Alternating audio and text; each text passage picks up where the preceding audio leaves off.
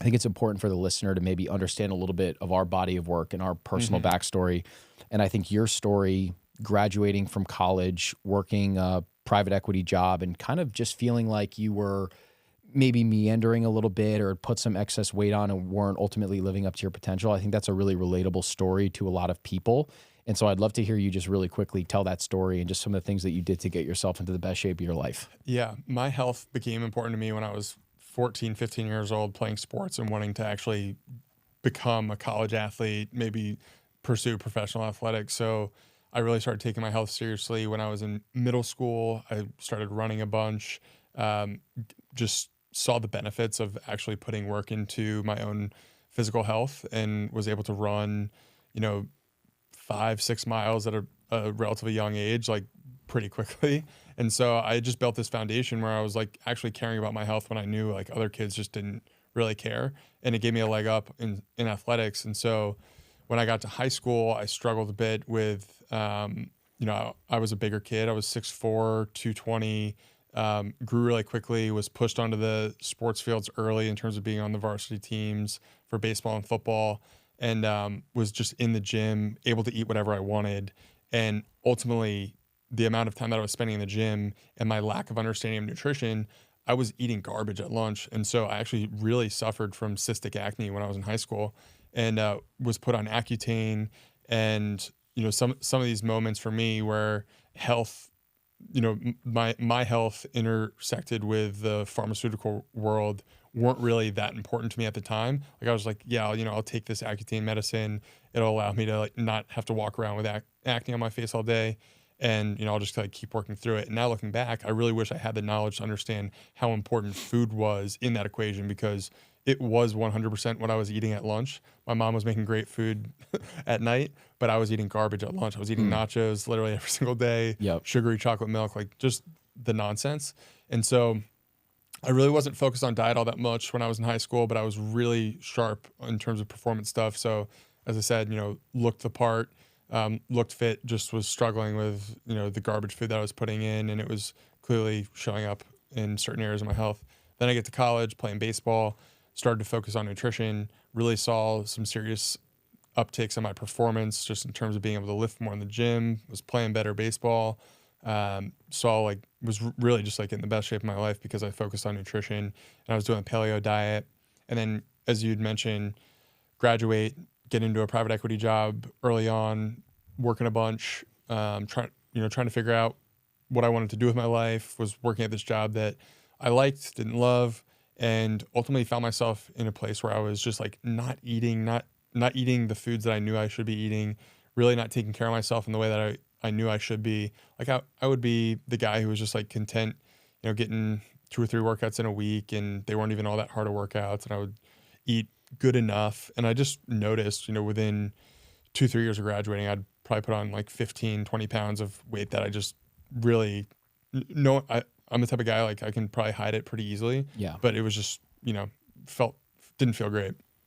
So when COVID hit, I was experimenting again with just eating really well, eating a paleo diet, got really into the keto diet, started experimenting with carnivore, and just focused on the basics. I was cooking all my meals.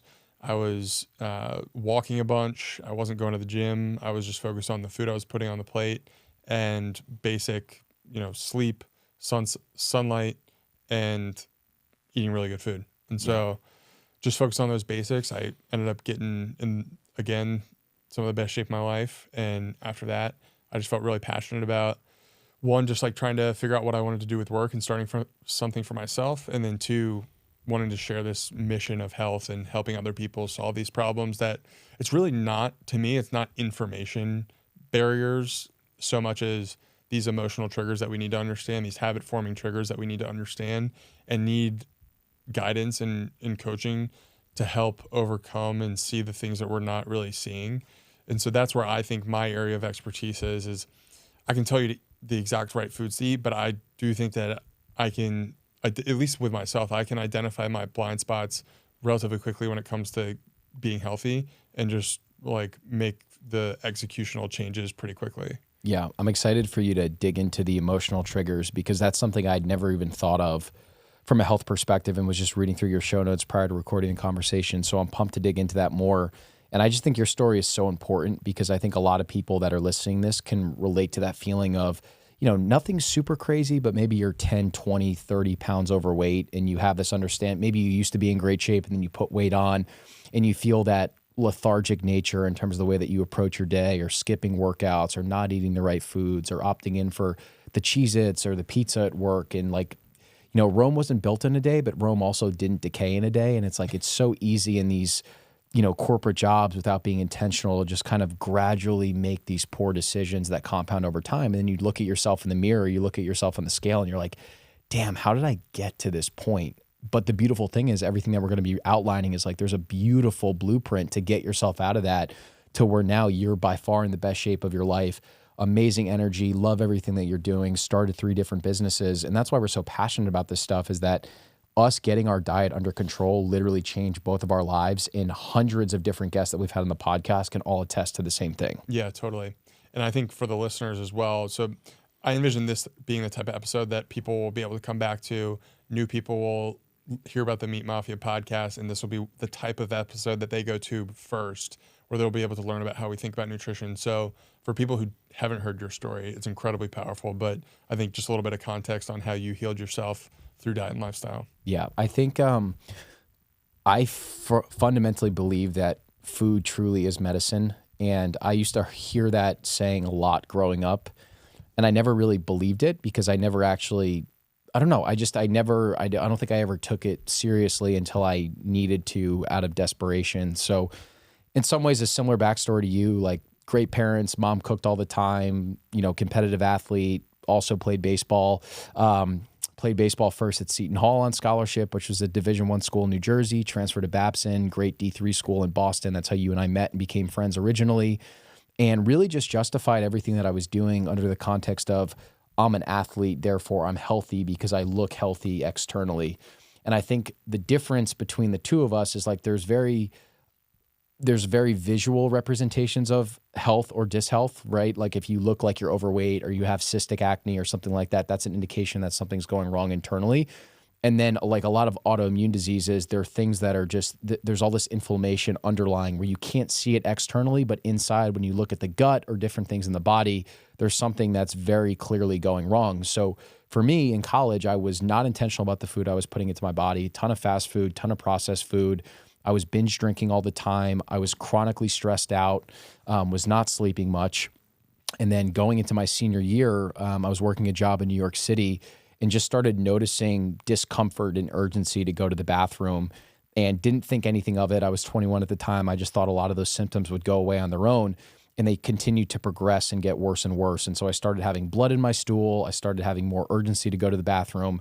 And I ended up getting so sick that I was literally shitting blood 20 times a day, and ended up losing 30 pounds, got rushed to the hospital, was in the hospital for probably a little over a week and got diagnosed with ulcerative colitis. And for anyone that doesn't know what ulcerative colitis is it's an autoimmune disease that effectively attacks your colon. So you just develop severe inflammation in your colon, and it kind of synthesizes into these bloody ulcers, for lack of a better term. And you can't process anything that you're eating. You're chronically inflamed. You're going to the bathroom all the time.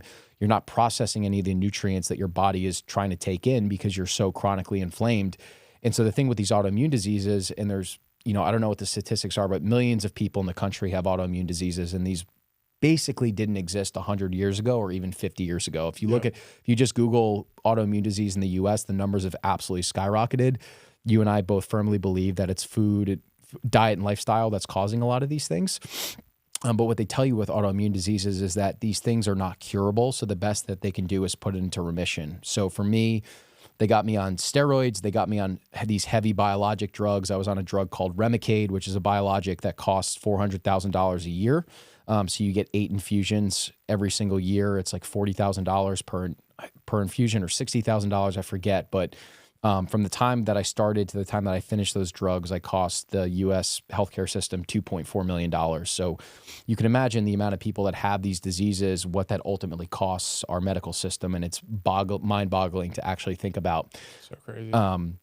And the reason why this podcast is so personal for both of us is that I really had my light bulb moment in 2019. So I luckily was able to get out of the flare because the drugs were effective for me, but I still did not feel like I was in optimal health. I was still having some issues with my stomach. I could tell there was inflammation in there. I was probably going to the bathroom like 4 to 5 times a day at that point, which I think is too much.